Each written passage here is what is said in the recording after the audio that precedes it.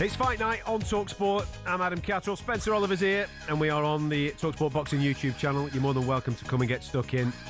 We're streaming live there, and we're also on your radio. So wherever you are consuming the show, thank you very much for giving up a bit of time on a Saturday night to come and join us. Hopefully you're into fight sports as much as we are. We will delve into the world of MMA a little bit later on. I know that there's some action tonight going on in Vegas, a couple of world title fights, so we'll sprinkle a little bit of that into the programme. And that kind of leads us on nicely to the crossover of the MMA guy stepping into the world of boxing. Obviously, everybody knows now that Dana White, Zuffer boxing, is going to be a thing in 2026. He's done a couple of interviews this week over in the United States of America, answering questions on what his model of boxing is going to look like. And I've noticed that there's been quite a few people, obviously, been asked questions from the British side to give their opinions on what Dana has been saying of what he's going to attempt to do. Over the next 20 minutes, 25 minutes, me and Spencer are going to try and give you some type of clarity, some type of roadmap as to how this might play out over the next 3 years with Zuffer boxing involved. But the headline that everybody seems to be grabbing hold of, mate, this week, I've seen it on many YouTube channels. Everybody seems to be asked about it. I've seen a few people over in America talking about it as well. And the headline is this: Dana White introducing his own belt to boxing, the Zuffer belt. When you see that headline, what's your initial reaction? Well, my initial action is that we've got the four governing bodies, and it's always been the Wild West, and people have come in, they've sort of tried to change it. It hasn't worked.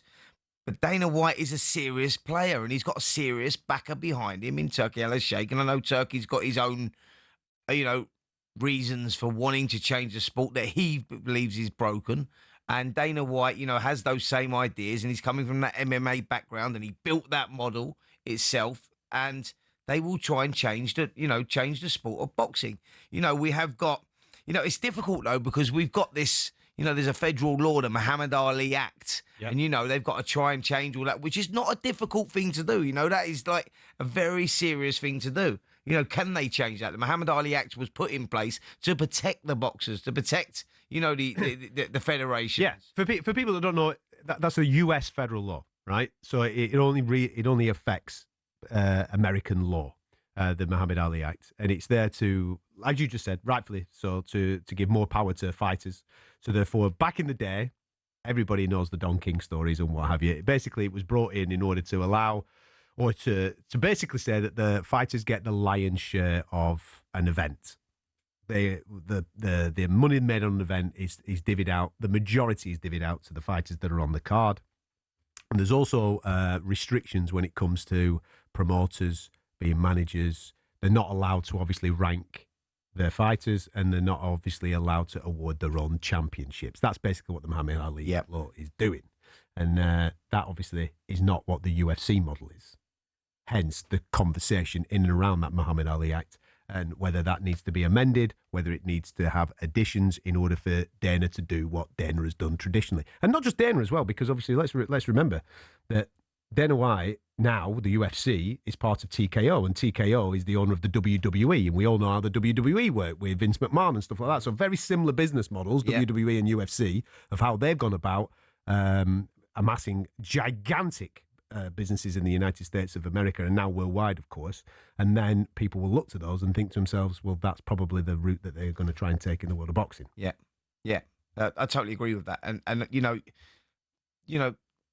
they're constantly talking about boxing being broken. It needs to be fixed. Is it? What's your opinion? You're a fighter, mate. Well, listen, you give me your opinion. I personally think, yes, boxing was very much broken when we had the politics of the sport. Before Catterall and Spencer and Riyadh season come in and ripped all that up and made the best fight the best and got Eddie and Frank to be best mates, and they were worst of enemies and they were working together. We're getting them stables and we're getting the 5v5s. The boxing fans were getting what they've craved to get, for so long. And we're finally seeing modern eras of the best boxing, the best, and there'll be that, that old conversation about, if Lennox Lewis boxed Riddick Bowe, who would have won that fight? And the politics where the WBC belt, Riddick Bowe dumped it in the bin, so that the fight didn't happen, and now that will always leave that as a talking point. That's getting ripped up now, and I think that, with what they're trying to change, and if they do achieve it and getting it all under, they can change this Muhammad Ali Act and get it all under one belt, and these leagues that they're talking about in the fields. It's a huge job, by the way. But I think in one hand, yes, boxing was broken because of that. with the politics of the sport, but now with it all being on DAZN and everyone seems to be working together, and that's all because of Turkey Al Sheikh, working with all the promoters, then for me, boxing seems to have been fixed. But now they want change because Dana White is coming. He got his model, what he done, and a very successful model in the UFC. He wants to implement that similar sort of model into boxing.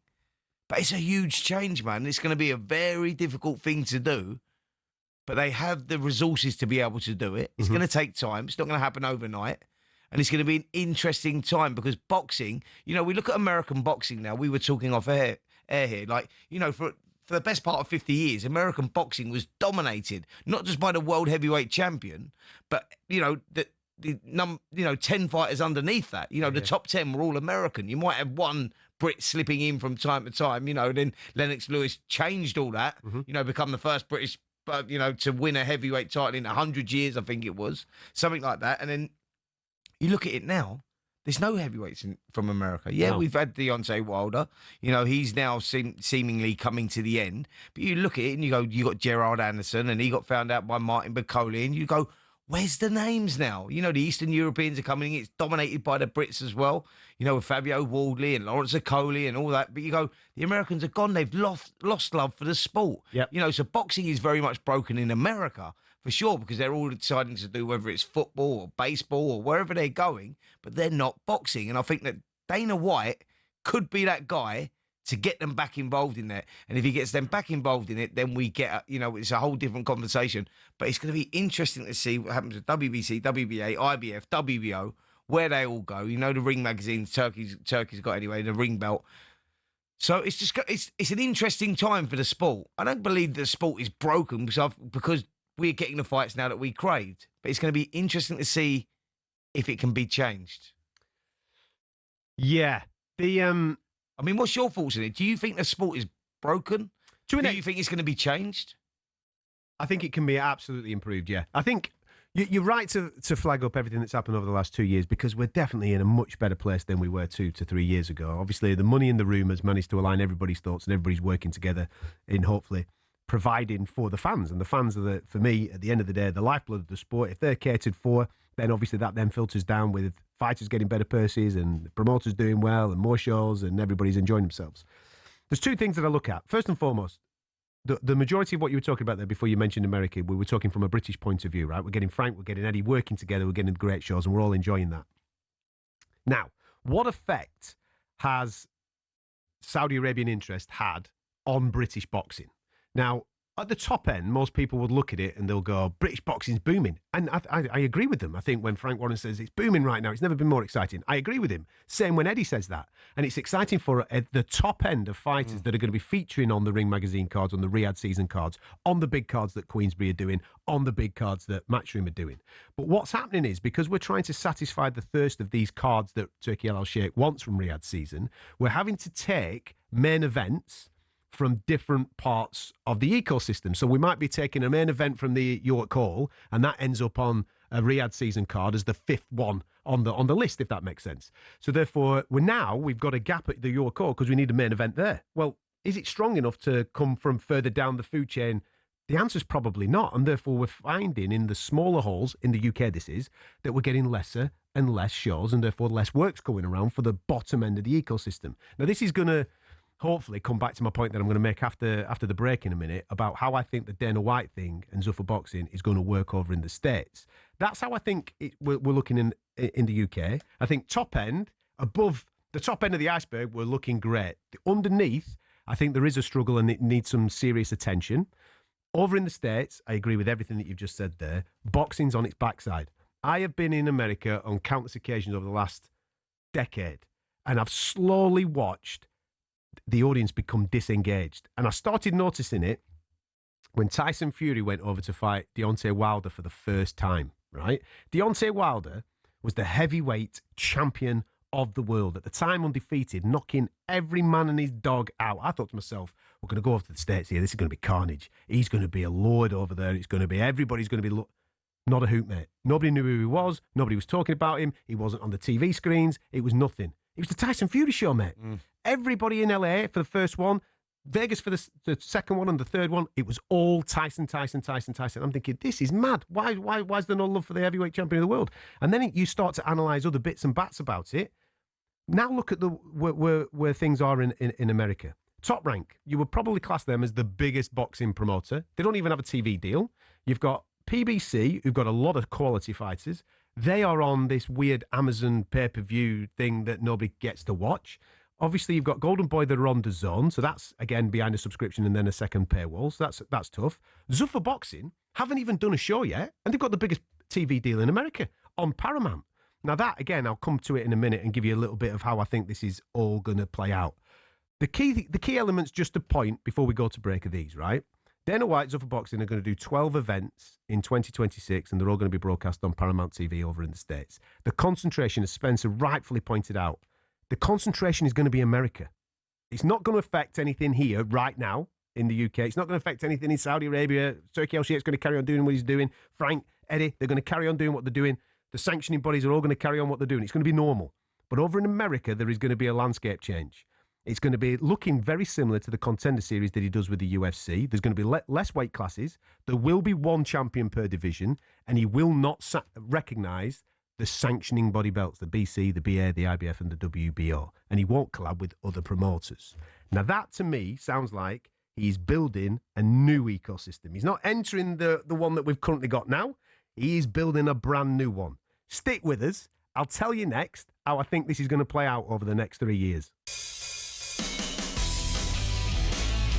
Fight Night on talkSPORT. I'm Adam Catterall, Spencer Oliver alongside me. We're talking right now about the Dana White Zuffer boxing deal over in America. Announced, obviously, this week that it's going to be part of the Paramount TV channel. Just before I get stuck into how I think this is going to play out over in the States, we've just been having a little bit of a chat in the break there about the scene here in the UK. Boxing being booming at the top end. Smaller amount of shows down the bottom end of the food chain, but you've had personal experience, obviously, at being at quite a few of these, what we would class as smaller hall shows. You're calling various things like that. You believe that the actual quality is improving on the small hall. Even though there might be lesser shows in the UK right now, you believe that the actual quality is getting better? Yeah, I do. I absolutely do. So here's where I see it. So now we've got Frank Warren and Eddie Hearn working together, which is great because we've got the two stables. They've both got great fighters and we're getting the best fighting the best. And, we're getting what we crave to see where, it wasn't about purse splits and TV revenues, Nope. Percentages, et cetera, et cetera. Now we're getting the best versus the best, but that means that there is less shows. But that means it's good for the smaller hall shows because the fighters that are with Eddie Hearn and the fighters that are with Frank Warren, if they want to keep active, they go and then box on these York Hall shows. Like we saw one, like I had Lerone Richards that was boxing last Saturday night.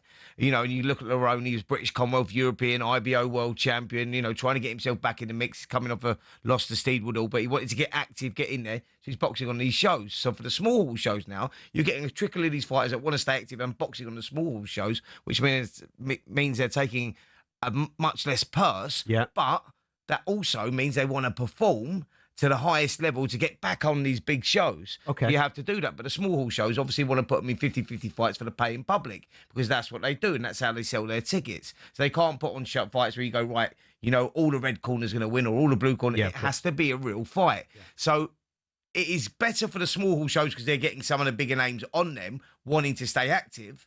And obviously we're getting the big two promoters putting on the best fights as well. So I think boxing is very much fixed in the UK. I think it works quite well. So we're getting a little bit of, both. Boxing is broken in America because we look at, you look at the divisions now, the fighters are just not there anymore. And it seems to be getting worse and worse and worse. Dana White is going to be brilliant for the sport because I think he's going to try and rip up the script, change the model and do what he does. Some things are going to be good, some things maybe not so good, but it's going to be very interesting, whatever way you look at it. And I think that then he will attract the fighters to come back in instead of playing football and basketball and everything else. But that's where boxing really needs to be fixed. I think over here we're in a pretty good spot. Listen, I agree. And anybody that's been to America, whether you're following fight sports or you've been over on holiday and what have you, and spoken to people about boxing or fight sports in general, the audiences are massively disengaged. I was out for the Canelo Crawford fight a couple of weeks ago, and we were kind of in a little bit of a bubble because it was Mexican holiday weekend and Canelo's a bit of an enigma.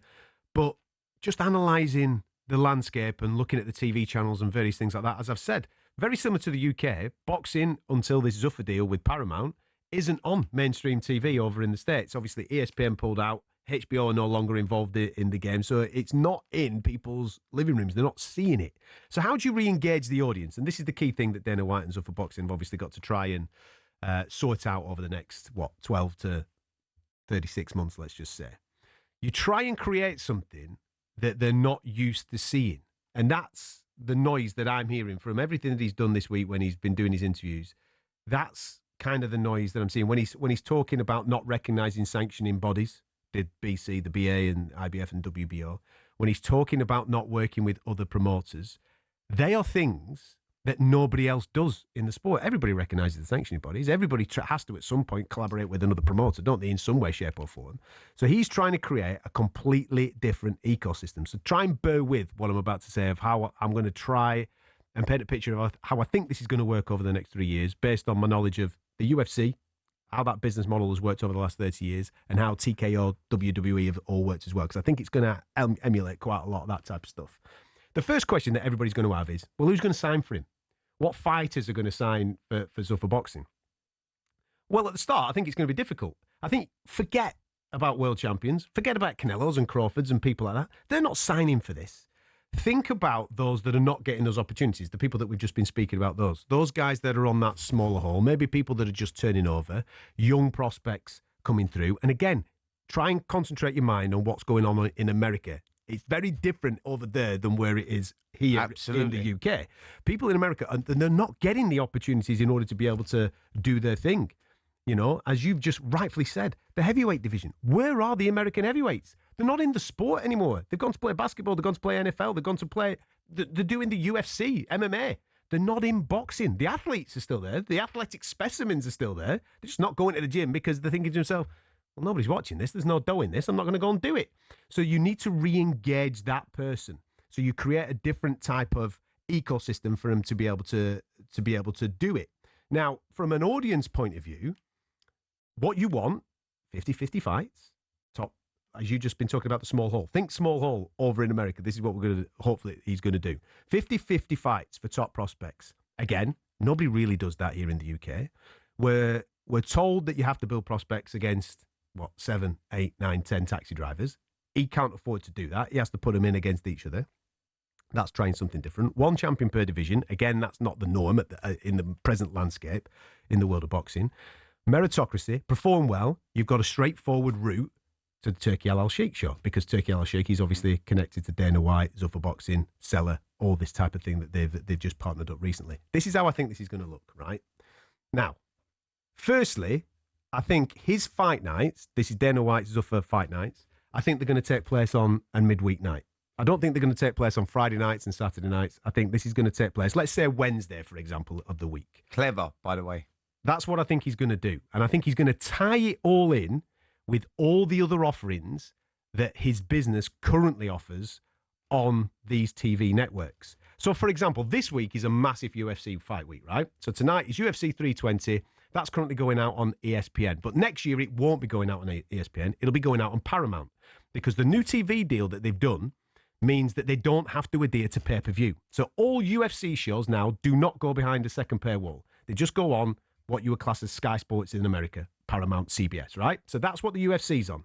Now, the way that they do their fight week, because Dana's into everything, on Tuesday nights of that fight week, he does Dana White's Contender Series, where all the top prospects from the world of MMA compete in 50-50 fights on Tuesday night television, and he awards, if you win a fight, if you're a good performer, he'll award you a UFC contract, right? So it's kind of like a reality TV show on a Tuesday night.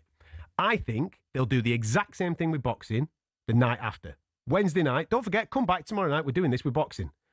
Then on Thursday night, this has happened this week, he does the exact same thing in Brazilian Jiu-Jitsu. It's gone massive over in the States. So they have a Brazilian Jiu-Jitsu show where all the best contenders from the world of BJJ compete on American TV. Then on Friday night, I know it gets a lot of stick, but Power Slap is going through the roof over in the States. They're absolutely lapping it up. So think about the dynamic of that week now, right? You've got a Paramount subscription. Tuesday night, you've tuned in, you're watching MMA. All that night, they're telling you about boxing tomorrow night. So then boxers are getting that credit. They might even feature on the Tuesday night show. Then Wednesday night, obviously you've got your boxing. Thursday night, you've got your BJJ. Then you've got your power slap. Then you've got your big show on Saturday night where it's the UFC. There'll be cross-promotion like mad right across that network throughout the whole course of that week for these boxing prospects. That is going to grow. They're only going to do one a month. They're only going to do 12 next year, and it's going to slowly grow. Now, what I experienced last week with Canelo Crawford, or 2 weeks ago, the Wednesday night, they did an event at one of the hotels there. Young lad from Liverpool called Mikey Talon fought. He was the first fight of the night on the Wednesday night. He was brilliant. The Omen. The Omen, yes. He was absolutely brilliant. He sank his opponent in the first round, sank him in the last round. It ended up going to a decision, but he won, and he was fantastic, right? Straight away, Turkey Al-Sheikh got in the ring, and he said, like what you did, young man, I'm going to put you on the Ben Eubank undercard. Straight away, like that. That's how this is going to work. Right. So these guys on the Wednesday night, they're going to be out there doing their thing. And I know that people are saying, well, they're winning a belt. Yeah, they're winning a belt that doesn't really mean anything in the grand scheme of things, right? What it is a ticket to the big show. The big show being Turkey Al-Sheikh's big show Ring Magazine cards, right? So that's the pathway that they're going to have. The interesting thing is going to happen, or the interesting thing for me is going to be then, how then does this then translate back into the real world with Turkey Al-Sheikh, right? We've all seen the noise and the conversation from Eddie Hearn, Turkey Al-Sheikh, making an offer for Matchroom, wanting to maybe buy them out and own Matchroom. Is that a real thing? Is that what that's going to be in 3 years' time? Is Turkey Al-Sheikh going to own the whole of Matchroom? Is that going to be incorporated into this umbrella over here? Is he going to take all over of that? Is he going to buy out Frank? Is he going to buy out Queensberry? Because if you look at the business model of the UFC and the WWE, how did they get so big? The UFC struggled for years to get legislation across the United States of America. And as they got bigger, what they started to do is buy their competition. They bought out Strikeforce. They took their roster. Their roster came to work on the UFC. They started buying out other franchises that had big stars, bringing them over, sticking them on their roster. This is starting to, very similar to WWE. If you look at Vince McMahon's routing, he bought out all the little franchises, didn't he, to get the stars onto the WWE. If you look at the noises that are currently happening now in the landscape of boxing, that is where this is going. 3 years' time, 4 years' time, 5 years' time, I think that we might be looking at a very similar landscape that we've got currently now in MMA. We'll have that in boxing, where you've got one clear leading forerunner as the premier organisation in the sport. Everything else will still exist, I think, to some extent, but I think it'll be diluted and a little bit further down the food chain. Now, I love that. And that all sounds absolutely fantastic. And that's how we're going to get boxing back in the USA. But let's go further down the food chain. Let's go right to the bottom, the grassroots, amateur boxing. Yep. You go back to you go back to 88 and you look at the champions that America produced, dominated 9 champions. And we got it again in 92, 96 in Atlanta, same thing. And then after 96, you see him like we hit the 2000 out in Australia and Sydney. And you see them, and they're getting less and less. You know, we're not getting the same pedigree of fighters coming through the US who have dominated for years and years and years, going right back to the 60s. And you go, what's going on? Why are they losing interest at amateur boxing? Because that's the grassroots. If we don't get the amateur boxers, we don't get the professional boxers. We look at the last Olympics. I don't even think they medalled, the Americans. No, I don't think they got one. They might have got 1 bronze. I can't. That's what I mean. I can't even remember off the top of my head, but I don't think they medalled. First time in history.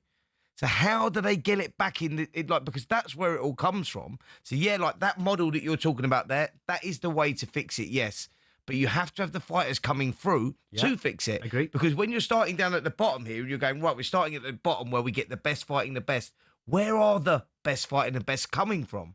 That's my point. You know, so we need to get, because the talent has always been there in amateur boxing because the gyms are filled up because boxing was a big sport. Now boxing's not a big sport.